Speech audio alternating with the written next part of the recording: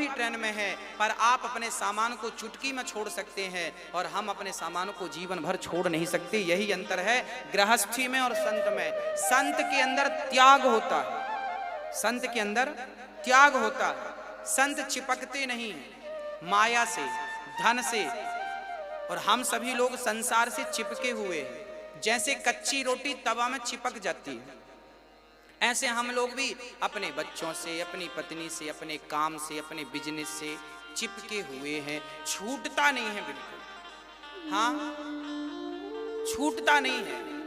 जबकि संत सबके बीच में रहते हैं, सबके साथ रहते हैं, पर सबके साथ सबके बीच में रहकर वो वैसे ही हैं जैसे कमल में रहता हुआ कीचड़ सबसे अलग होता है, ऐसे संत अलग हैं सबके बीच में रहते हुए। इसलिए गोस्वामी जी ने संतों को प्रणाम किया और भरद्वाज मुनि ने याज्ञवल्क्य जी के चरण पकड़ लिए और याज्ञवल्क्य जी से प्रश्न किया। श्री भरद्वाज मुनि ने बिठाया और अब यहाँ से राम कथा स्टार्ट की। श्री भरद्वाज जी ने प्रश्न किया कि एक राम अवधेश कुमारा, तिन कर चरित विदित संसारा। यहाँ पर श्री याज्ञवल्क्य जी से भरद्वाज मुनि प्रश्न कर रहे हैं कि एक राम अवधेश कुमारा, एक राम तो दशरथ जी के बेटे हैं, हाँ एक राम वो है जो सीता के वियोग में जंगल जंगल घूम रहे हैं, सीता सीता सीता, और एक राम वो है जिन्हें हम ब्रह्म कहकर पुकारते हैं। तो याज्ञवल्क्य जी से प्रश्न किया है श्री भरद्वाज मुनि ने, क्या ये राम एक ही हैं या अलग अलग राम हैं? तब याज्ञवल्क्य जी बोले, देखो वैसे तो आप सब जानते हैं, पर फिर भी लोगों का कल्याण हो, लोगों का हित हो, इसलिए आपने बड़ा उत्तम प्रश्न किया। राम भगत तुम मन क्रम बानी, चतुराई तुम्हारी मैं जानी। तब श्री गोस्वामी जी लिख रहे हैं कि याज्ञवल्क्य जी अब भरद्वाज जी के पास बैठ गए और कथा सुनानी शुरू कर दी। कहते हैं कथाएं तब तक नहीं निकलती तब जब तक कोई जिज्ञासु श्रोता ना हो। इसलिए कभी भी संत के पास जाओ तो भगवान की कथा ही पूछो, आत्म कल्याण का साधन ही पूछो। व्यर्थ की बकवास, व्यर्थ की बातें तो आप करते ही रहते हैं, ये संतों से मत किया करो। तब गोस्वामी जी लिख रहे हैं कि याज्ञवल्क्य जी जब ये उत्तर देने लगे तो उन्होंने कहा, भरद्वाज जी वैसे तो आप ज्ञानी हैं, सब जानते हैं, फिर भी सुनो। अच्छा, भगवान को लेकर संदेह भरद्वाज जी को था नहीं, पर संदेह जैसा अभिनय कर रहे हैं।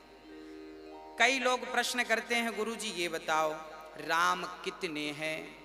एक राम दशरथ का बेटा, एक राम घट घट में लेटा, एक राम का सकल पसारा, एक राम का सब जग सारा।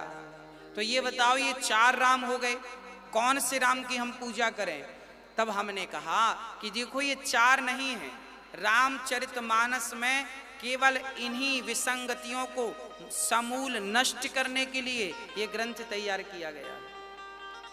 क्या हुआ, कई लोगों ने विकृतियां पैदा कर दी, अर्थात भोले भाले लोगों के अंदर एक प्रश्न डाल दिया कि एक राम तो दशरथ का बेटा है, एक राम तो घट घट में व्यापा है, एक तो स्त्री के लिए रो रहा है, आप किस राम की पूजा करेंगे?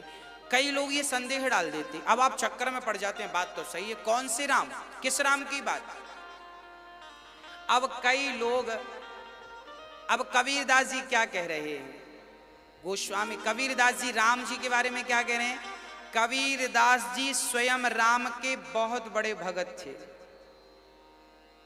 अब कबीरदास जी क्या गा रहे हैं ये मैं नहीं गा रहा हूं, कई लोग ऐसे हैं जो कबीरदास जी के दोहों से कहते हैं कि देखो कबीरदास जी तो राम का विरोध कर रहे हैं, राम के बारे में। ऐसा ना, कबीरदास जी राम के उच्च कोटि के भगत थे।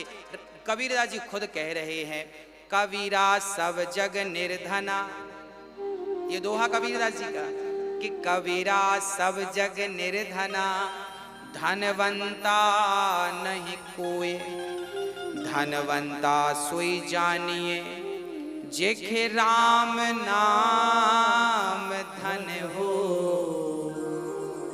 कबीरदास जी कह रहे हैं कि जिसके पास राम नाम का धन है वो अमीर है, ऐसा स्वयं कबीरदास जी कह रहे हैं। और कई लोग कबीरदास जी को राम से अलग कर देते हैं। आपने हमारे भारत में ही ऐसी परंपराएं देखी होंगी जो कबीरदास जी को अलग ही कहते हैं कि ये कबीरदास जी तो अलग हैं।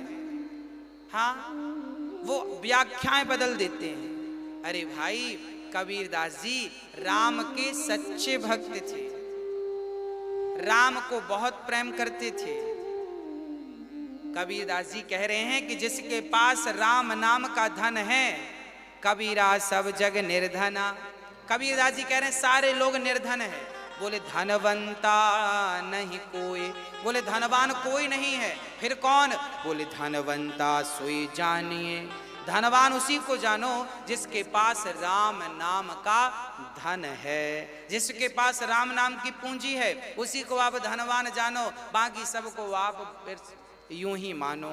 तो श्री कबीरदास जी राम के अनन्य भक्त हैं। तो श्री प्रश्न जब याज्ञवल्क्य जी से भरद्वाज जी ने किया तो याज्ञवल्क्य जी ने कहा कि यही प्रश्न एक बार भगवान शिव से माता पार्वती ने किया।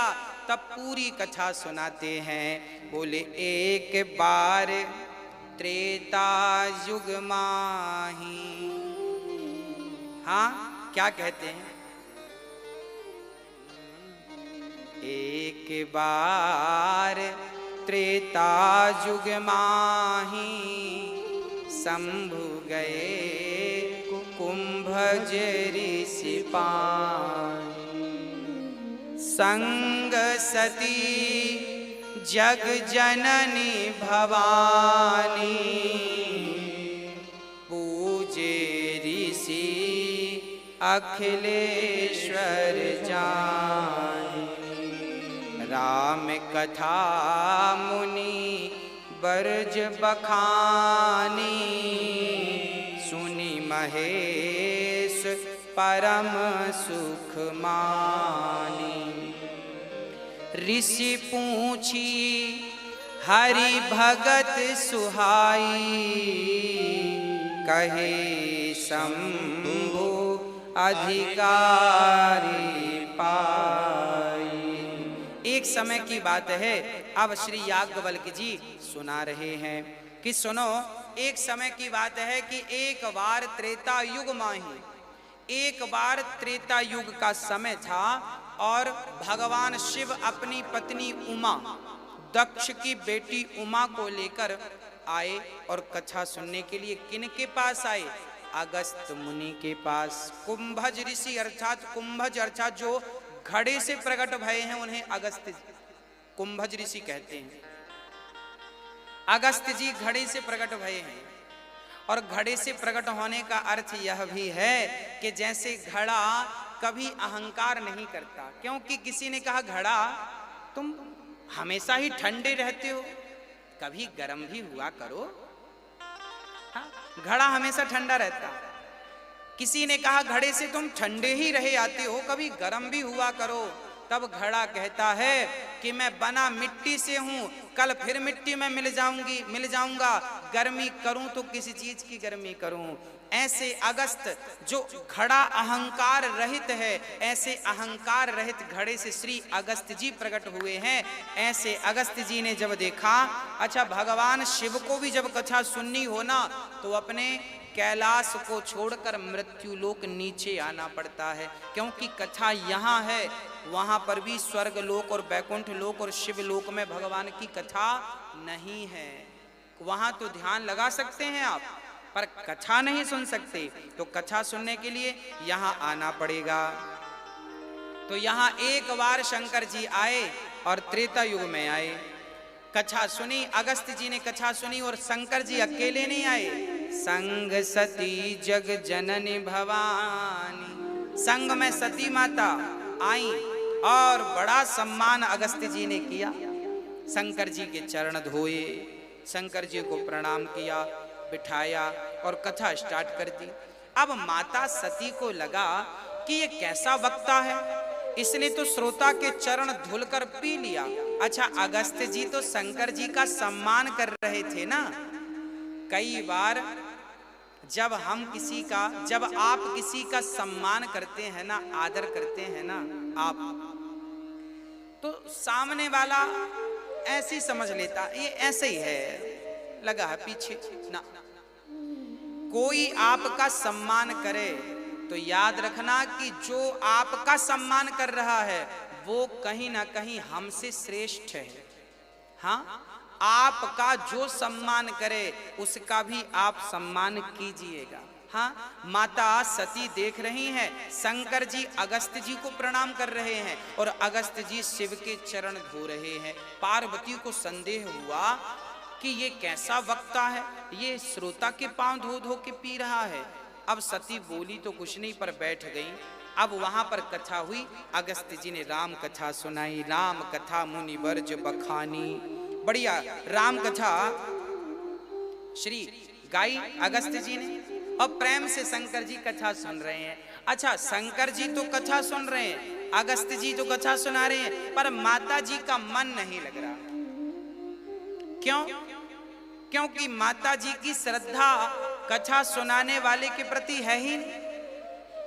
क्योंकि उन्होंने तो पहले ही अगस्त्य को छोटा मान लिया ना, कि ये छोटे लोग हैं, हमारे शंकर जी तो सब जानते हैं, इन्हें क्या कथा सुनाएंगे। याद रखना भक्तों, जब तक आपके भीतर श्रद्धा नहीं होगी, जब तक आप अपना अहंकार नहीं त्यागेंगे, यदि आप कुछ जानते हैं तो फिर आप तो जानते ही हैं, आपको क्या कोई जना सकता है। तो जब भी कथा सुनने बैठा करो ना, तो खाली होकर बैठा करो, भर करके मत बैठना। क्योंकि भर के बैठोगे ना भाई, गंगा जी में बाल्टी में पानी भर के जाओगे तो क्या भर के लाओगे, खाली जाएगी तो भर के आएगी। तो भगवान की कथा में जाया करो तो अपना अहंकार, अपना मोह सब कुछ छोड़ कर जाया करो। ये सारी बुराइयों को निकाल दोगे, खाली होकर हल्के होकर जाओगे तो प्रेम की गंगा हृदय में भर करके वापस लाओगे। शंकर जी ने तो कथा सुनी, पर माता सती यहाँ वहां देखती रही। हाँ, ये चिड़िया क्यों बैठी है, पेड़ पर बैठी है, भी उड़ जाएगी। यहाँ कथा चल रही और माता जी चिड़िया देख रही हैं। संदेह हो गया, संदेह। पहला संदेह तो वक्ता पर हुआ, गुरु जी पर। अब आगे चलते हैं। जब कथा पूरी हुई, अगस्त्य जी कथा पूरी करते हैं, तो फिर वहां से शिव जी विदा होते हैं। मुनि सन विदा मांगी त्रिपुरारी, चले भवन संग दक्ष कुमारी। जब माता सती आई थी तो इनके नाम के पीछे काफी सम्मान, संग सती जग जननी भवानी, इतने नाम से संबोधन दिया था गोस्वामी जी ने। और जब जाने लगी ना तो दक्ष कुमारी कह के कह दिया जाओ। सती जब आई तो मां बनकर आई, पर जब जाने लगी तो केवल दक्ष की बेटी ही रह गई। क्यों? क्योंकि दक्ष जो थे ना, ये बुद्धिमान थे। बुद्धि तो थी, अहंकार भी था। तो भगवान शिव कह रहे हैं कि ये दक्ष की ही बेटी है। तो जब पिता घमंडी हैं, पिता अहंकारी हैं, तो उसका थोड़ा सा स्वाद तो आएगा ही आएगा। तो सती भी वही स्वाद में डूबी है। तब भगवान शिव समझ गए कि सती को अहंकार है, ये अपने से बड़ा किसी को मानती नहीं है, अपने से समझदार किसी को मानती ही नहीं। अब गोस्वामी जी इन्हें केवल दक्ष कुमारी कह रहे हैं, क्योंकि ये दक्ष की तरह अहंकारी हो गई। शंकर जी लेकर चले। अच्छा, वो त्रेता युग था। उसी समय जब शंकर जी कथा सुन रहे थे, उसी समय राम वनवास में थे। रावण सीता को चुरा रहा था, अर्थात विमान पर ले गया। लक्ष्मण जी गए राम से देखने कि राम को क्या हुआ, और राम जी जब कुटिया पर लौट कर आए तो सीता को ना पाकर राम रोने लग गए। राम कह रहे हैं, हे खग मृग हे मधुकर श्रेणी, तुम देखी सीता मृग नैनी। राम जी कह रहे हैं हे खग हे मृग कहाँ हो, कहाँ है मेरी सीता।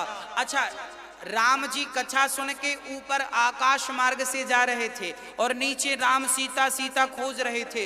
ऊपर से राम ने तुरंत, श्री शंकर जी ने देखा कि मेरे राम की लीला चल रही है, तो शंकर जी ने ऊपर से ही प्रणाम किया कि जय सच्चिदानंद जग पावन, अस कही चलो मनोज न सावन।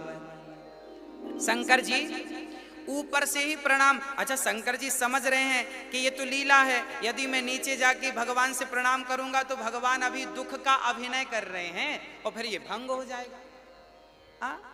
अब भाई ऐसा है कि आपके गांव में चल रही है रामलीला, आपका भाई बना है राम, हाँ आपका भाई बना राम, उसको कहा गया है कि भाई सीता का प्रसंग है, जरा तुम रो सबसे पूछो हे सीता हे सीता। तो भाई उसको, आपका भाई है तो राम का अभिनय कर रहा, तो उसको भी रोना पड़ेगा कि नहीं। अब क्या हुआ कि बड़ा भाई बना था राम, वो रो रहा था राम बन करके, उसको कहा गया था कि तुम्हें रोना है और बोलना है हे सीता कहाँ हो, हे सीता ऐसा करना है। अब बड़ा भाई रोने लगा, छोटा भाई बैठ, उसे कुछ पता नहीं था। अब छोटा भाई दौड़ के गया, भैया क्यों रो रहे हो, यहाँ आओ, भाभी को ढूंढ, भाभी घर पे है, आपको पता नहीं, कुछ नहीं हुआ भाभी को। तो कथा कुछ और थी, कथा कुछ और हो गई।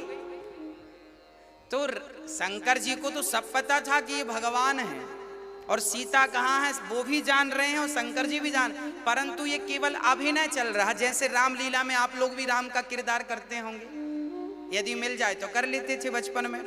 तो लीला है, राम एक लीला कर रहे हैं, एक संदेश, एक मैसेज देना चाहते हैं हम सबको कि देखो मर्यादा कैसी होती है, मर्यादा का पालन करना है, एक मैसेज देना चाह रहे हैं हमें। तो शंकर जी ने ऊपर से प्रणाम कर लिया, जय सच्चिदानंद जग पावन, हे पावन हे परमपिता हे प्रभु, आपको साष्टांग प्रणाम करता हूँ। नीचे से ही शंकर जी ने प्रणाम भगवान शिव को किया, परंतु यह दृश्य जब माता सती ने देखा तो सती ने देखकर कहा, लो मेरे पति प्रणाम कर रहे हैं, मेरे पति शंकर जी।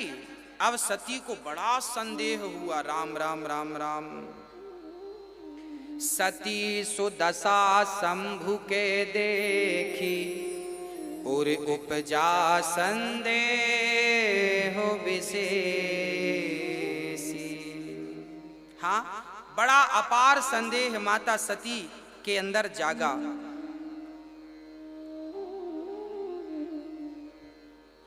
सती सुदशा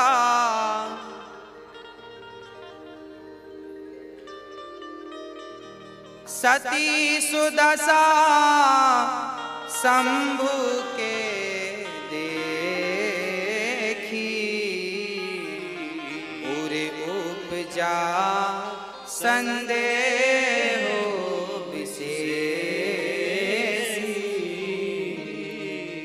विचार क्या आया कि हमारे पति तो जगदीश हैं, हमारे पति तो सब जानते हैं शंकर जी, इनसे गलती तो हो नहीं सकती, इन्होंने क्यों प्रणाम किया भला। अब बड़ा संदेह माता सती को।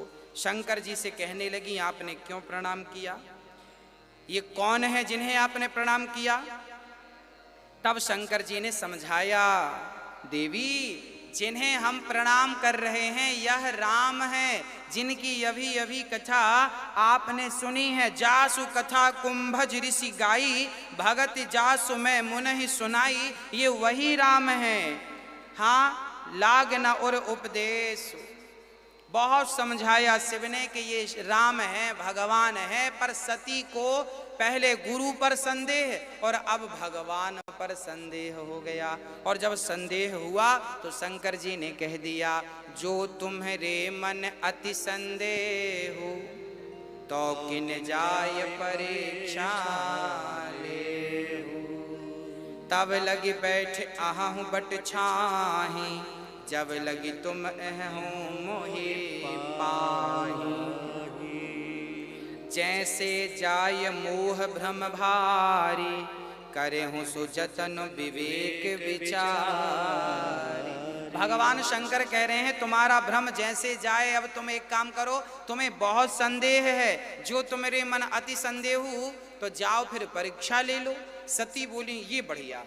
अब देखो तो मास्टर जी विद्यार्थियों की परीक्षा लेते थे, आज विद्यार्थी मास्टर की परीक्षा लेने चल पड़े। और सती को संदेह जो था राम पर कि ये भगवान होते तो इन्हें अपनी पत्नी की खबर लग नहीं जाती। कैसा भगवान जो पत्नी के लिए व्याकुल है। अच्छा, सती को भ्रम यही तो था कि इन्हें ये भगवान होते तो अपनी पत्नी को ढूंढ ना लेते, रावण के पास है पता ना कर लेते। ये पता नहीं लगा पा रहे हैं, इसका अर्थ ये भगवान नहीं है। अब सोचो कि माता सती यदि भ्रमित हो गई राम को देखकर, तो साधारण प्राणी यदि भ्रमित हो जाए तो कोई आश्चर्य नहीं है। मोह्यंत यत् सूर्य, बड़े बड़े ज्ञानी यत्सूरी मोहित हो जाते हैं भगवान की भगवत्ता को देखकर। सती गई परीक्षा लेने, और जब सती परीक्षा लेने गई तो वहां सती ने क्या किया।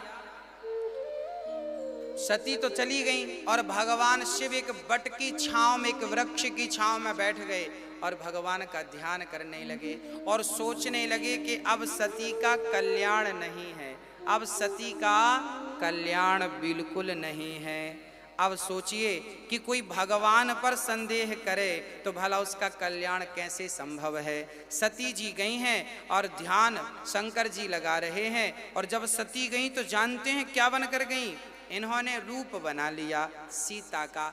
कैसे परीक्षा लें, बोले ये सीता को खोज रहे हैं, क्यों ना हम भी सीता बन जाएं। तो माता सती सीता बन गई और सीता बनकर माता सती खड़ी हो गई राम के आगे। प्रभु मैं आ गई रावण के पास से। राम ने ध्यान से देखा, हाँ राम ने ध्यान से देखा, कहा माता जी कहूँ बहोरी कहाँ ब्रस के तू, विपिन अकेले फिरहूँ के हेतु।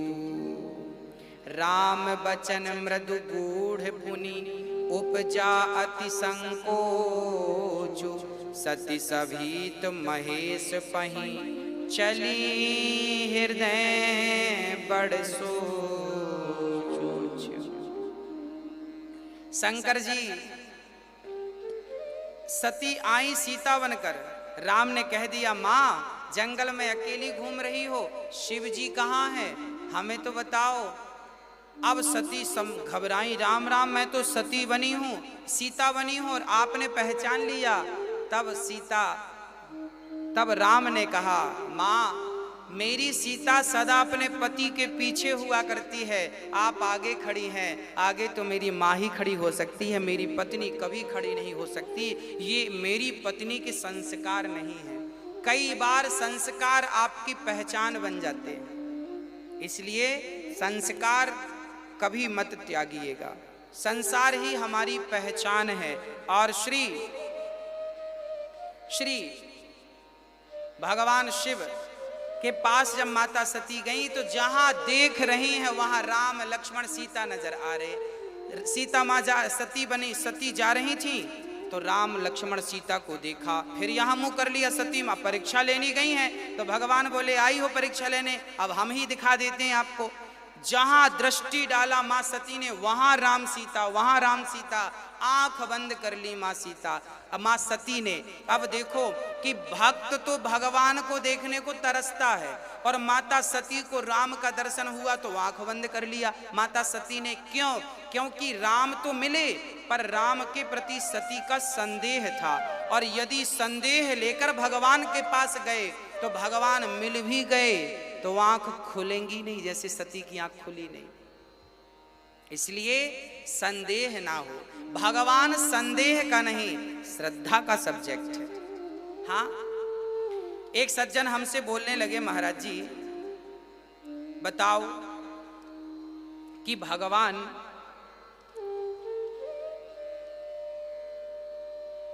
राम राम जपने से क्या फायदा होगा बताओ। एक सज्जन हमसे बोले, महाराज जी राम राम जपने से क्या फायदा होगा ये बताओ।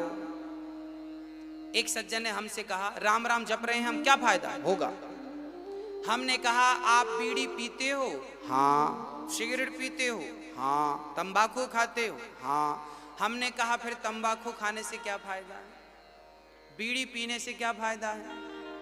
गुटखा खाने से क्या फायदा है? हाँ, क्या फायदा बेटा? गुटखा खाने से कोई फायदा नहीं, बीड़ी पीने से कोई फायदा नहीं, सिगरेट पीने से कोई फायदा कुछ नहीं है। फिर भी लोग खा रहे हैं गुटखा, फिर भी लोग पी रहे हैं बीड़ी। यदि बिना फायदे के आप बीड़ी गुटखा खा पी सकते हैं तो फायदा छोड़ के थोड़ी देर के लिए राम राम जप लो ना। जब जपोगे तो यहाँ बाद में फायदा मिलेगा ही मिलेगा। हर बात में फायदा फायदा ढूंढते हो। बताओ बीड़ी पीने से क्या फायदा है? तंबाकू खाने से क्या फायदा है? कोई फायदा नहीं, फिर भी लोग खा रहे हैं। हाँ, तो अब खा रहे हैं, अब बिना फायदे के गुटखा तो खा रहे हैं, पर राम नाम जपने का कहो तो इन्हें फायदा चाहिए। हाँ, अब माता सती जब आई तो माता सती ने, शंकर जी ने कहा, कहो देवी हो गई परीक्षा? तब माता सती ने कहा, माता सती कह रही हैं, कछु ना परीक्षा लीन है गोसाई,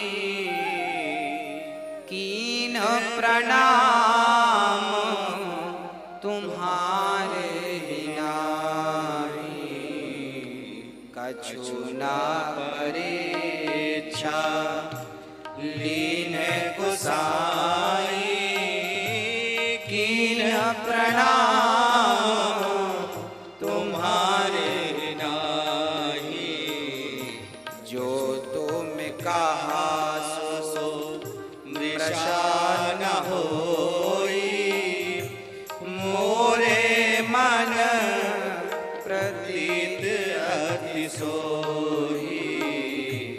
क्या कहा मां सती ने? कछु ना परीक्षा। हे प्रभु मैंने कोई अब देखिए, सती ने भगवान शिव से झूठ कह दिया, मैंने कोई परीक्षा नहीं ली। माता सती ने पहली बात तो गुरु पर संदेह किया, दूसरी बात भगवान पर संदेह किया, और तीसरी बात अब पति से आपने अपनी बात झूठी कह दी। परीक्षा लिया पर कह दिया मैंने नहीं लिया। एक तो चोरी, ऊपर से सीना चोरी। हाँ, एक तो भगवान पर संदेह है और ऊपर से अपने पति को तो कम से कम सच सच कहना था, पर सती माता ने यहां भी गलत कह दिया, झूठ कह दिया ना, मैंने कोई परीक्षा नहीं ली।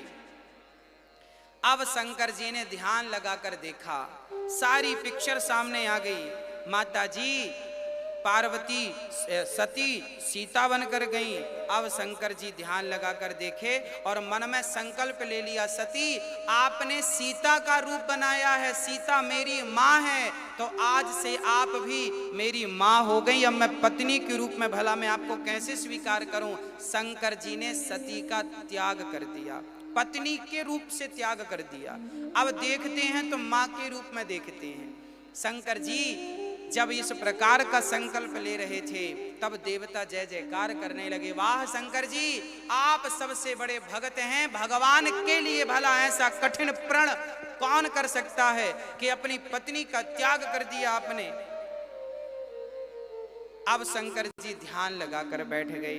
अब सती के अंदर बड़ी गिलानी होने लगी, राम राम राम राम राम राम, क्या कर दिया मैंने, क्या अपराध कर दिया। एक छोटी सी बात यहां मैं आपको कहूंगा कि जलुपय, गोस्वामी जी गा रहे हैं, जलुपय सरिस बिकाय देखा हूं प्रीत की रीत भली, बिलग हों ही रस जाय कपट खटाई परत पुनी। पानी में, दूध में थोड़ा सा पानी मिलाओ ना तो पानी भी दूध के भाव बिक जाता है, पर पानी में दूध मिलाकर, दूध में पानी मिलाकर नींबू निचोड़ दो ना तो पानी अलग और दूध अलग हो जाता है। उसी प्रकार से कि यदि आप प्रेम करते हैं तब तो ठीक है, पर प्रेम में थोड़ी सी कपट की खटाई मिल जाए ना तो सब अलग अलग हो जाता है। आज सती ने प्रेम में कपट मिला दिया। कपट क्या है? पति से झूठ कह दिया, यही तो कपट हो गया। रिश्ते तब कमजोर हो जाते हैं जब पति की बात पर पत्नी को विश्वास नहीं होता और पत्नी की बात पर पति को विश्वास नहीं होता, रिश्ते कमजोर हो जाते हैं। माता सती, अच्छा भगवान शंकर ने तो कहा था कि ये भगवान है प्रणाम कर लो, पर माता सती ने पति की बात पर विश्वास नहीं किया। यही गलती हम लोग भी करते हैं कि आज पति की बात का पत्नियां विश्वास नहीं करती। पति कहता है कि ये बात ऐसी है, ना तुम झूठ बोल रहे हो। कभी पत्नी कहती है ये बात ऐसी है, पति कहता तुम झूठ बोल रहे। अर्थात ना तो पति को पत्नी की बात पर विश्वास है, ना तो पत्नी को पति की बात पर विश्वास है। और जहां विश्वास नहीं है वहां घर भगवान शिव का ही क्यों ना हो वो टूट जाया करता है। आज भगवान शिव का घर टूट गया। माता सती अब परीक्षा लेकर आई। शंकर जी 87,000 वर्ष के कड़ी समाधि में चले गए और जब समाधि खुली तो माता सती ने हाथ जोड़कर कहा, भगवान मेरे अपराध को क्षमा कर दो। शंकर जी ने सामने आसन दे दिया माँ की तरह और कथा सुन, मतलब सती की कोई बात सुनी नहीं, कथा सुनाने लग गए। अब क्या हुआ? अब भगवान शिव ने क्या किया कि एक दिन दक्ष प्रजापति ने यज्ञ किया था। माता सती के पिता ने यज्ञ किया था। उस यज्ञ में सारे लोग गए, सबको बुलाया गया, शंकर जी भी गए। परंतु हुआ ये कि जब दक्ष आए तो सबने खड़े होकर स्वागत सम्मान किया, परंतु सती शंकर जी वहां पर बैठे रहे। सब आए, दक्ष जब आए तो सबने खड़े होकर उनका स्वागत तो किया, पर भगवान शिव बैठे रहे। भरी सभा में दक्ष प्रजापति ने शिव का अपमान किया, अनादर कर डाला, गालियां दे दी, क्यों बुलाया इसे, इसे उठने का ज्ञान नहीं, खाने का। भारी सभा में अपमानित कर दिया। पर धन्य थे भगवान शिव, कोई प्रत्युत्तर नहीं दिया, प्रेम पूर्वक वापस आ गए। हाँ, और जब आए तो दक्ष ने कनखल में यज्ञ किया। उस यज्ञ में फिर से सबको बुलाया, पर भगवान शिव को और सती को फिर निमंत्रण नहीं दिया। और जब निमंत्रण नहीं मिला तब भगवान शिव तो ध्यान में थे ही। माता सती ने देखा कि देवी देवता जा रहे हैं, पूछा बहन कहाँ जा रही हो? तो बताया तुम्हें पता नहीं, तुम्हारे पिताजी यज्ञ कर रहे हैं। अब सती, अच्छा समाज में ऐसा ही होता है, किसी को पता चल जाए कि फलाने को बुलाया नहीं गया ना तो लोग उसी के घर से निकलते हैं सामने से। भैया जी सुनो, एक सज्जन ने क्या किया, एक बड़े भाई ने अपनी बेटी के विवाह में अपने छोटे भाई को बुलाया नहीं। पड़ोसियों को पता लगा तो लोग बड़े भाई के घर शादी पे आ रहे थे, पर जूता उतारने छोटी भाई के घर पे जा रहे। भाई साहब राम राम, अरे आपके भाई के भतीजी की शादी है, आप चले नहीं शादी में? अब वो भाई सबसे एक ही बात कहे, भाई ने बुलाया नहीं, भाई ने बुलाया नहीं। अच्छा सुनो, हम जूता उतार रहे हैं आपके घर पे, आके पहन जाएंगे। ठीक है। इस प्रकार का व्यवहार लौकिक व्यवहार हो गया है। माता सती, शंकर जी सती को नहीं बुलाया गया, देवी देवताओं को पता था तो इनको जरा दूर से जाना चाहिए था। कैलाश पर्वत से निकल रहे हैं ताकि पार्वती को लुभा सकें। पार्वती सती जी पूछी कहाँ जा रहे हो? बोले आपके पिता यज्ञ कर रहे हैं, आपको पता नहीं है? ना हमें तो कछु पतो ना है। अच्छा तो आपके पिता यज्ञ कर रहे हैं। सती ने हाथ जोड़कर कहा, प्रभु आपके ससुर जी यज्ञ कर रहे हैं, आपको पता नहीं है? शंकर जी बोले खूब पता है। अरे तो चलना नहीं है? शंकर जी बोले कैसे चलें, कोई निमंत्रण आया हो, कोई चिट्ठी आई हो, कोई टेलीफोन आया क्या? बोले कुछ नहीं आया। तब शंकर जी कहते हैं कि जहां हमें कोई सम्मान सहित ना बुला रहा हो वहां जाने से हमारा कल्याण नहीं होता, इसलिए ऐसी जगह पर हमें कभी नहीं जाना चाहिए। माता सती ने कहा ना, पिता के घर, गुरु के घर, पति के घर बिना बुलाए जाना चाहिए। शंकर जी बोले तब जाना चाहिए जब बुलाने वाले के हृदय में प्रेम हो, पर आपके पिता के हृदय में मेरे प्रति कोई प्रेम नहीं है। पूरी चर्चा सुनाई कि एक बार आपके पिता ने मेरा अपमान किया था, उसी बदले के लिए इन्होंने ये यज्ञ किया। अब सती समझ गई, पर फिर भी गई, शंकर जी के मना करने पर गई। और जब गई तो नंदी को भेज दिया शंकर जी ने बढ़िया सामान भिजवा दिया। सती सज सवर कर गई और पिता की यज्ञ में जब गई, सबका भाग देखा माता सती ने, पर शिव का कोई भाग नहीं था। माता सती अर्थात पत्नी अपना अपमान सहन कर सकती है, भला अपने पति का अनादर कैसे सहन करती। माता सती योग अग्नि में जलकर समाप्त हो गई और हाहाकार मच गई। तब भगवान शिव ने वीरभद्र को भेजा और वीरभद्र ने जाकर यज्ञ को तहस नहस कर दिया। माता सती के ना आने का दुख यदि किसी को था तो केवल माँ को। माँ तो करुणा की मूर्ति है, भला माँ को दुख कैसे ना होता, भला माँ को दुख कैसे ना होता। तो इसलिए माँ तो मूर्ति है, इसलिए कहता हूँ कि कभी भी अपनी माँ का दिल ना दुखाना, कभी भी उन्हें परेशान ना करना, कभी उन्हें सताना मत, क्योंकि माँ परमात्मा की प्रतिमूर्ति है। परमात्मा का प्रतिनिधि कौन है? बोले भगवान है।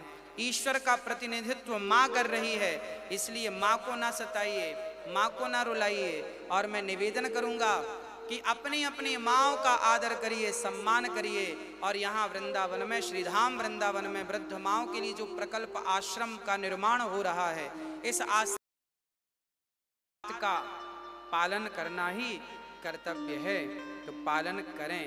शंकर जी ने देखा कि सती जलकर समाप्त हो गई।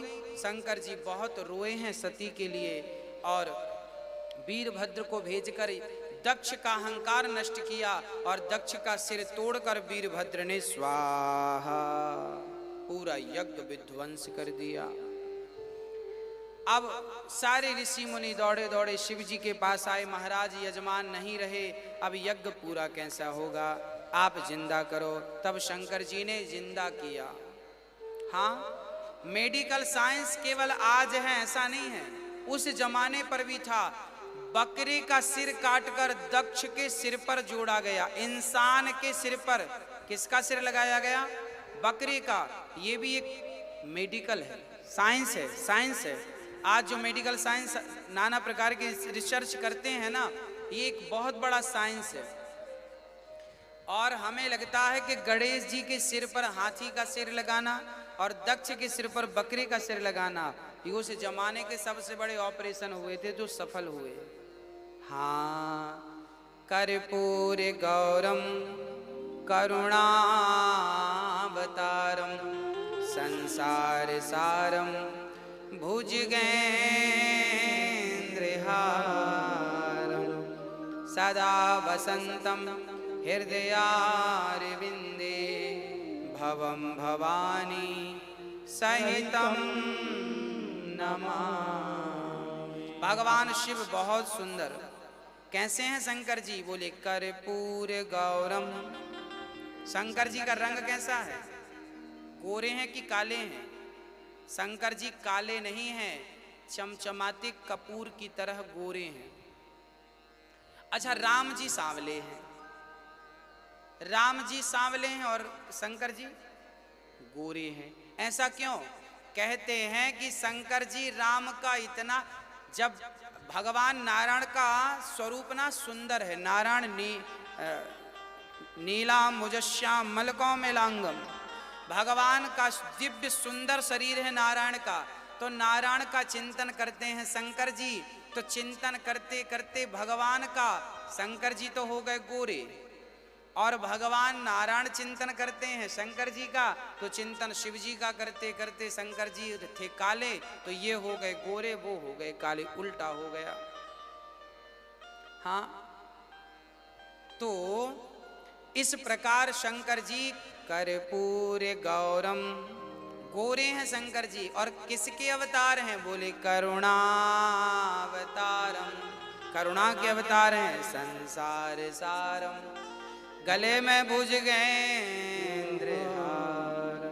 सारे लोग हाथ जोड़ के विनती अनुनय विनय कर रहे हैं, हे भगवान यजमान को जिंदा कर दो। तब शंकर जी ने दक्ष को यज्ञ में जीवित किया, बकरे का सिर लगाया और यज्ञ का सारा यज्ञ पूरा कराया। फिर बाद में सती माता तो प्राण त्याग चुकी हैं, सती का वह शरीर ही आज 52 शक्ति पीठ बना है और सती ने दूसरा जन्म लिया हिमालय के घर बेटी बन करके। माता सती अब पार्वती के रूप में प्रकट भई। भगवान शिव अब पार्वती से कैसे भेंट करते हैं जरा वो सुनो। भगवान शिव ध्यान मग्न थे सती के जाने पर, प्रेम से चिंतन भगवान का चल रहा था। माता सती का जन्म हुआ, अब पार्वती का जन्म हुआ। पार्वती थोड़ा बड़ी हुई तो नारद जी पहुंच गए। नारद जी ने कहा तुम्हारा पति बहुत सुंदर होगा, अभंग होगा, बड़ा दिव्य होगा, मृगछाला वाला होगा और तुम्हें उसके लिए तप करना पड़ेगा। तब माता पार्वती ने 10,000 वर्षों तक घोर तपस्या की और जब तपस्या करके हिमालय जी ले गए अपनी बेटी को, तब भगवान नारायण ने शिव से कहा हे भगवान शिव, आपने मेरे कारण, आखिर मेरे कारण आपने अपनी पत्नी का त्याग किया। आज मेरे कहने से पुनः अब उसने शरीर त्याग करके नया शरीर प्राप्त किया है, अब विवाह कर लीजिए। भगवान नारायण ने विवाह करने का कहा। तभी क्या हुआ, शंकर जी बोले ठीक है कर लेंगे, पर शंकर जी ध्यान में ऐसे डूबे कि तभी एक असुर पैदा हो गया, तारकासुर। वो तारकासुर, उसने ब्रह्मा से वरदान मांगा कि मैं शिव के पुत्र से ही मरूंगा, दूसरा किसी से ना मरूं। और उसे पता था कि शिव जी अब ऐसी समाधि में गए हैं कि फिर आएंगे नहीं। तब देवताओं ने जगाया शिव जी को। कैसे जगाया, बोले कामदेव ने बाण मारे, 5 बाण मारे कामदेव ने। कहां से, बोले आम के पेड़ पर छिप करके। और जो शिव पर अर्थात शिव पर कामदेव ने बाण बरसाए। काम ने शिव को विचलित करना चाहा, पर धन्य थे शिव कि जैसे ही कामदेव ने प्रहार किया, शिव का तीसरा नेत्र खुला और शिव जी की दृष्टि पड़ते ही कामदेव जल के समाप्त हो गए। इसलिए आज भी जब कोई पूजा पाठ अच्छा काम होता है ना, तो आम के पत्ते लगाए जाते हैं, क्योंकि आम के पत्ते हैं ये काम के नाशक हैं। काम वासना आम के मध्य में नहीं होती, क्योंकि काम को आम के पेड़ पर बैठा तो वहां समाप्त कर दिया शिव ने। तब से आम के बंधनवार लगाने की परंपरा चालू हुई और शुभ प्रतीक है ये। अब रति रोती रोती आई कामदेव की पत्नी, हे भोलेनाथ आपने तो मेरे पति को मार दिया और ये तो संसार के कल्याण के लिए आपको जगा रहे थे, क्योंकि आपके पुत्र से ही मरेगा, आपको शादी करना पड़ेगी। अच्छा देखिए, शंकर जी विवाह के पहले ध्यान मग्न थे, परमात्मा के चिंतन में डूबी थी और शादी करी तो शादी इसलिए नहीं कि क्योंकि ये काम में लगे, काम से विवश होकर शादी नहीं, बल्कि काम को पराजित करके आपने विवाह किया। इसका सीधा तात्पर्य यह है कि विवाह करना अच्छी बात है, पर विवाह भोग के लिए ना हो, बल्कि गृहस्थ में रह के प्रेम से भगवान की भक्ति के लिए पत्नी हो और पति हो। पत्नी एक किला होती है पति का। जैसे किला में खड़ा होकर कोई भी व्यक्ति सामने वाले को तो वार कर सकता है, पर सामने वाला आपको परेशान नहीं कर सकता, आपको वार नहीं कर सकता। ऐसे ही पत्नी के संग रहकर आपको काम को जीतना होता है, काम पर विजय पाना होता है। ये नहीं कि पत्नी पाई तो और काम के गुलाम बन गए, ये तो गलत हो जाएगा। इसलिए काम पर विजय प्राप्त करने के लिए शादी होती है, गृहस्थ जीवन होता है, ना कि कामी बन जाने के लिए। तो भगवान शिव के लिए अब विवाह का प्रस्ताव आया। अब भगवान तो जाग गए समाधि से। फिर कहा रति से चिंता ना करो, आपका पति त्रेता द्वापर युग में कृष्ण के पुत्र बनकर प्रकट होंगे, प्रद्युम्न, तब आप इनसे विवाह कर लेना। और अब भगवान शिव पार्वती से विवाह के लिए अपनी सुंदर सी भगवान नारायण के कहने पर बारात तैयार करते हैं। बोले जैसे दुल्हा तस बनी बराता, जैसे दुल्हा तस बनी बराता, जैसे दुल्हा तस बनी बराता, जैसे दुल्हा तस बनी बराता। ऐसी बारात कहाँ देखी होगी कि भगवान शिव ऐसी बारात लेकर अब पार्वती से विवाह करने जा रहे हैं। भगवान शंकर बैल पर चढ़ गए, बैल पर चढ़कर गए, यहाँ पर छोटे सांप लगा लिए, और जब दुल्हा को आप देखते हैं ना तो वो पगड़ी लगाता है, मोर लगाता है। तो भगवान ने कहा उन्हें अब कहाँ से पगड़ी वगड़ी लाएं, तो शंकर जी ने अपने बालों की जटा बनाई और मोर पे मणिधर सांप को बिठा लिया। बोली तुम बन जाओ बढ़िया वाली पगड़ी। मणिधर सांप को ऊपर बिठाया और चंद्रमा तो शोभा पा रही थी, और गले पे बढ़िया से सांप लपेटे, भभूति रमाई और यहाँ सांप लगा लिए। छोटे छोटे सांपों के बच्चे बोले हमें भी तो लगाओ कहीं। शंकर जी बोले तुम यहाँ लग जाओ। अब शंकर जी की बारात जब जाने लगी तो शंकर जी के सबसे बड़े फ्रेंड भूत प्रेत, उन्होंने कहा प्रभु आज तक कोई अपनी बारात में हमें ले नहीं गया, तो आप हमें ले चलो। शंकर जी बोले चलो बारात में। अच्छा, शंकर जी बारात लेकर चले, नंदी के ऊपर बैठे हैं उल्टा। किसी ने कहा भोलेनाथ उल्टा क्यों बैठ गए? बोले सीधे बैठेंगे, हमारा मुंह सामने रहेगा तो हमारी बारात में कौन नाच रहा है कौन नाच नहीं रहा पता कैसे चलेगा? उल्टा बैठ गए ताकि तुम नाचोगे हम देखेंगे। नंदी आगे आगे चल रहा, शंकर जी उल्टा। शंकर जी नंदी पर सवार क्यों है? ये नंदी कौन है? बोले नंदी धर्म का प्रतीक है, और धर्म के 4 चरण होते हैं, सत्य दया दान तप। भगवान शिव नंदी पर सवार नहीं है, भगवान शिव धर्म पर सवार होकर विवाह करने जा रहे हैं। जीवन का तात्पर्य यह है समझने का कि जीवन में जब विवाह करें तो धर्म पर सवार होकर के करें। हाँ, और गले पर नांग लपेटे हैं, इसका तात्पर्य क्या है? बोले नांग काल का प्रतीक है। नांग किसका प्रतीक है? काल का। भगवान शिव कह रहे हैं कि मेरे हृदय में तो सदा वसंतम हृदयारविंदे, मेरे हृदय में राम है। जब राम को हृदय में बसा लिया तो फिर काल की चिंता ना करना, काल तो आपका गुलाम बन जाएगा। जब राम को आप लेकर चलेंगे तो काल से डरने की जरूरत नहीं, काल गले पे लटका है। शिव जी के ये तात्पर्य है। शिव जी चल रहे हैं बारात लेकर, बड़ी अद्भुत बारात। जस दुल्हा तस बनी बाराता। कैसी बारात? को मुखहीन, किसी का मुख नहीं था तो किसी का धड़ नहीं था।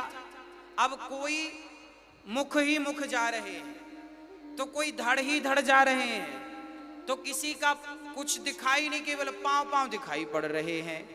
अब सारे देवी देवता सोचे राम राम, इंद्र सोचे कि मैं इनके संग जाऊंगा तो अपनी भी इमेज कुछ खराब होगी कि भूतों के संग चल रहे हैं। इंद्र ने अपनी टोली अलग कर ली, ब्रह्मा ने अपनी टोली अलग कर ली, भगवान नारायण ने अपनी टोली अलग कर ली। बारात में गए सब, पर अलग अलग ग्रुप बन के गए। शंकर जी के संग केवल भूत प्रेत ही चले, उनके गण थे, सब नाचते कूदते चले आए। यहाँ तक तो ठीक है। जब बारात ससुराल पहुंची, जब बारात पहुंची तो मैना रानी ने देखा कि बारात बढ़िया है। सबसे पहले बारात में कौन थे? ब्रह्मा जी। ब्रह्मा जी आगे आगे। मैना रानी बोली राम राम, मेरी बेटी के लिए 3 सिर वाला 4 सिर वाला? ना ना ना देवी क्षमा करना, मैं आपका दामाद नहीं हूँ, दामाद पीछे है। ब्रह्मा जी आगे भाई। अच्छा अच्छा आप बैठी। ब्रह्मा जी बैठे, रसगुल्ले खा रहे हैं। तब तक भगवान नारायण पहुंच गए। नारायण जब पहुंचे, भगवान नारायण को देखकर मैना बोली ओहो बड़ा सुंदर दुल्हा, कितना सुंदर है, लो इतना सुंदर दुल्हा, आहा हा हा। शंकर जी देख कर माता मैना बोली वाह, मेरे तो बेटी की भाग्य खुल गए। भगवान नारायण बोले हम दुल्हा नहीं हैं, हम तो बाराती हैं। अब मैना रानी सोची जब बाराती इतने सुंदर तो मेरा दुल्हा, मेरा दामाद कितना सुंदर। नारायण जी भी गए और आगे बढ़िया रबड़ी खाने लग गए। शादी विवाह में तो यही मिलता खाने पीने को, कोई रसगुल्ला खा रहा, कोई रबड़ी छान रहा। हाँ, अब तीसरे नंबर पे इंद्र आए। इंद्र हाथी पर चढ़कर आए। मैना रानी बोली लगता यही दुल्हा है। आरती। इंद्र बोले देवी मैं आपका दामाद नहीं, दामाद जी पीछे हैं। अब जब सब अंदर हो गए, आखिरी में भगवान शिव की एंट्री हुई। और जैसे ही बारात गांव में पहुंची तो गांव में सबसे ज्यादा बारात को देखने के लिए बच्चे उत्सुक रहते हैं। बच्चे दुल्हा कैसा है, और माताएं दरवाजा खोल खोल के, खिड़की खोल खोल के झांक रही थी, दुल्हा की नजर कैसी है, दुल्हा कैसा है, देख ले। और जैसे ही शंकर जी महाराज ने अपनी एंट्री की भूत प्रेतों के संग, जो बच्चे भागे मैया बचा, आज बच गए तो जिएंगे नहीं तो मर जाएंगे। अब मैया की गोद में जाके छिप गए बच्चे। क्या हुआ? माँ बोली मैया ये बारात आई है कि काल आया है। अब शंकर जी के भूत प्रेतों को देखा, सारे बच्चे भागे। अब मैना रानी देखी, चरणों से आरती उतारते जैसे ही मुख की तरफ गई तो आरती मतलब आग को देखकर सांप डरता है। और जैसे ही सांप ने देखा कि आरती में आग, एक फुसकार लगाई, और जैसे ही फुसकार लगाई मैना रानी के हाथ से थाली वाली छुटी, भागी। भगवान ये कौन सा काल है, भाग रही है मैना रानी। और सब लोग समझा रहे हैं। अब मैना रानी दौड़ी दौड़ी गई और पार्वती के हृदय से लग के रोने लग गई। पार्वती मैया बोली माँ क्या हुआ? बोली बेटी मैं तुझे अब कुंवारी रखूंगी पर ऐसे से तेरा ब्याह नहीं करूंगी। उसके गले में सांप है, भभूति है, भस्म है, मृगछाला है। मैना रानी बोली अब मैं बेटी को लेके पहाड़ से कूद के मर जाऊंगी पर इससे विवाह नहीं करूंगी। बहुत समझाया। पार्वती ने कहा माँ विवाह तो जहाँ लिखा है वहीं होगा, आपका कोई दोष नहीं है, मेरा तो इनके संग ही प्रेम है, आप तो होने दीजिए। जब बहुत नारद जी ने समझाया, पार्वती ने समझाई, तब मैना रानी मानी। और विवाह जब चालू हुआ तो मंडप के नीचे आई खवासन। और जब खवासन आई और कहने लगी दुल्हा राजा नैंग दे दो, तो शंकर जी ने हाथ का सांप खोला, उसकी झोली में डाल दिया, ये नैंग ले। भागी खवासन।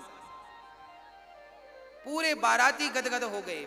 मतलब भगवान शिव की जो बारात और शिव जी का जो विवाह था बड़ा अद्भुत था।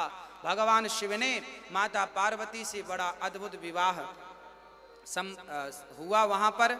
और बहुत प्रेम से नगरी इतनी सुंदर सजाई थी हिमालय ने कि स्वर्ग भी फीका लग रहा था। जगत जननी जगदम्बा का विवाह जो है भगवान शिव के संग और माता पार्वती इतनी सुंदर लग रही थी कि कई रति और कई कामदेव और कई चंद्रमा भी फीके लग रहे हैं। करोड़ों मुख से इनकी सुंदरता का कोई निरूपण नहीं कर सकता। इतनी सुंदर माँ पार्वती शोभा पा रही हैं। माँ पार्वती भगवान शिव के गले में माला और शिव जी पार्वती के गले में माला पहनाकर विवाह पूरा करते हैं। विदा होती है और मैना रानी सती पार्वती को समझा रही हैं, बेटी पति भगवान होता है, याद रखना। देखिए पार्वती जैसी माँ को भी पहले की माँ समझाती थी कि पति भगवान है, अब तुझे वहीं रहना है, सुख दुख वहीं झेलना है जैसा भी मिले।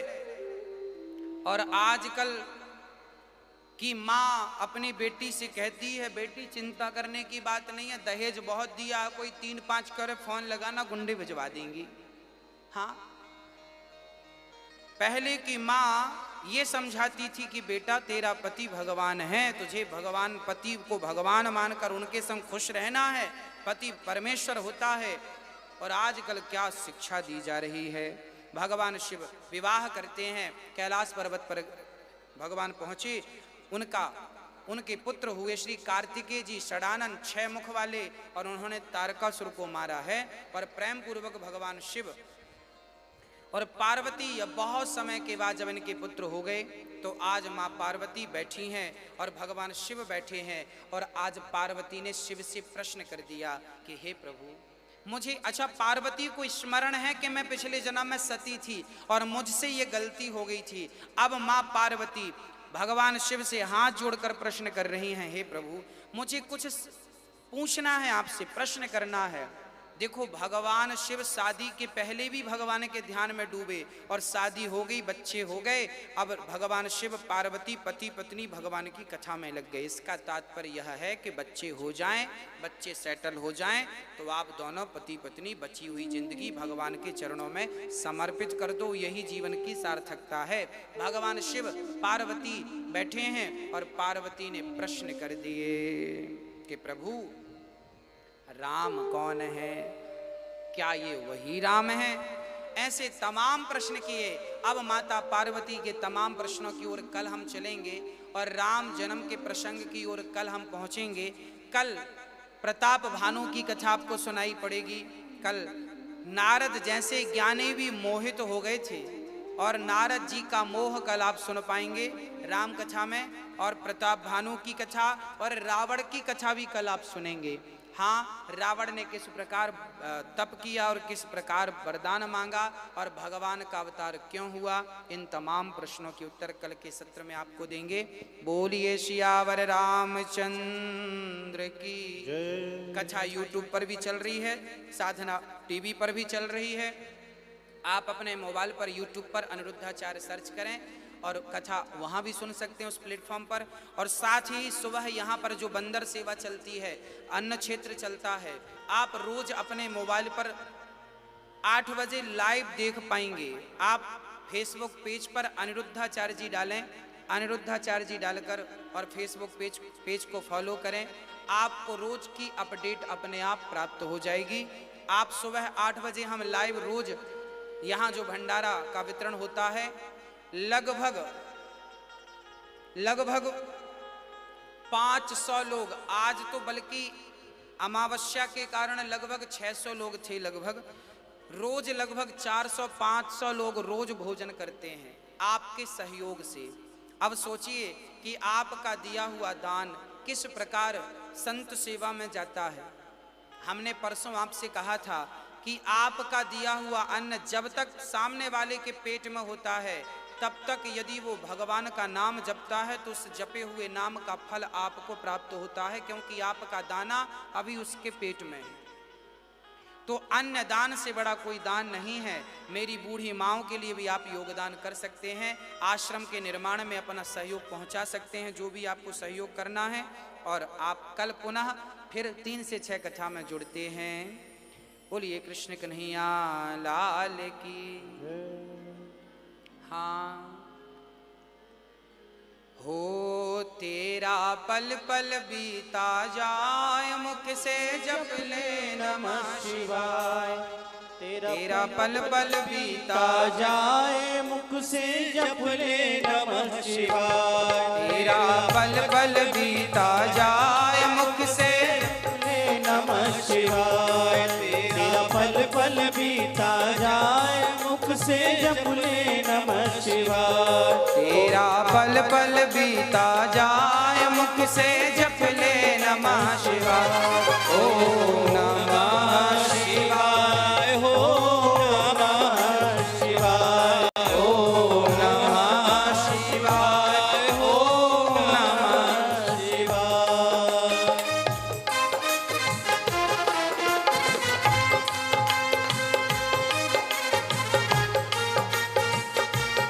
हरि बोल। हर महादेव, हर हर महादेव।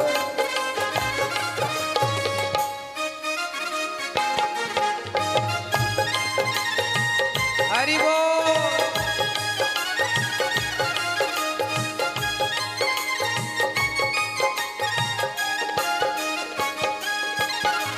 शिव शिव तुम हृदय से बोलो, शिव शिव तुम हृदय से बोलो। मन मंदिर का पर्दा खोलो, मन मंदिर का पर्दा खोलो। शिव शिव तुम हृदय से बोलो, शिव शिव तुम हृदय से बोलो। मन मंदिर का पर्दा खोलो, मन मंदिर का पर्दा खोलो। तेरा अवसर खाली न जाए, मुख से जप ले नमः शिवाय। तेरा अवसर खाली न जाए, मुख से जप ले नमः शिवाय। तेरा पल पल बीता जाए, मुख से जप ले नमः शिवाय। तेरा पल पल बीता जाए, मुख से जप ले नमः शिवाय। ओम नमः शिवाय, ओम नमः शिवाय, ओम नमः शिवाय, ओम नमः शिवाय।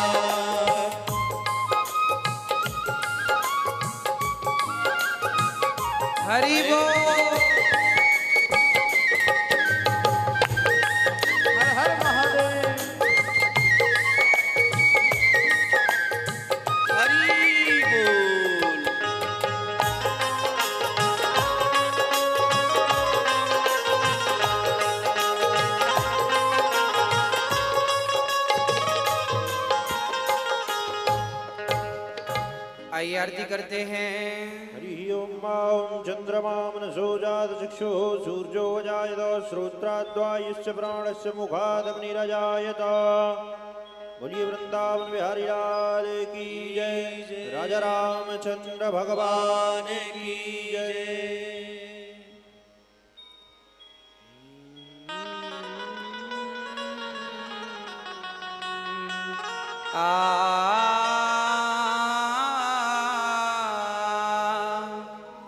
मन में बसा कर तेरी मूर्ति उतारूं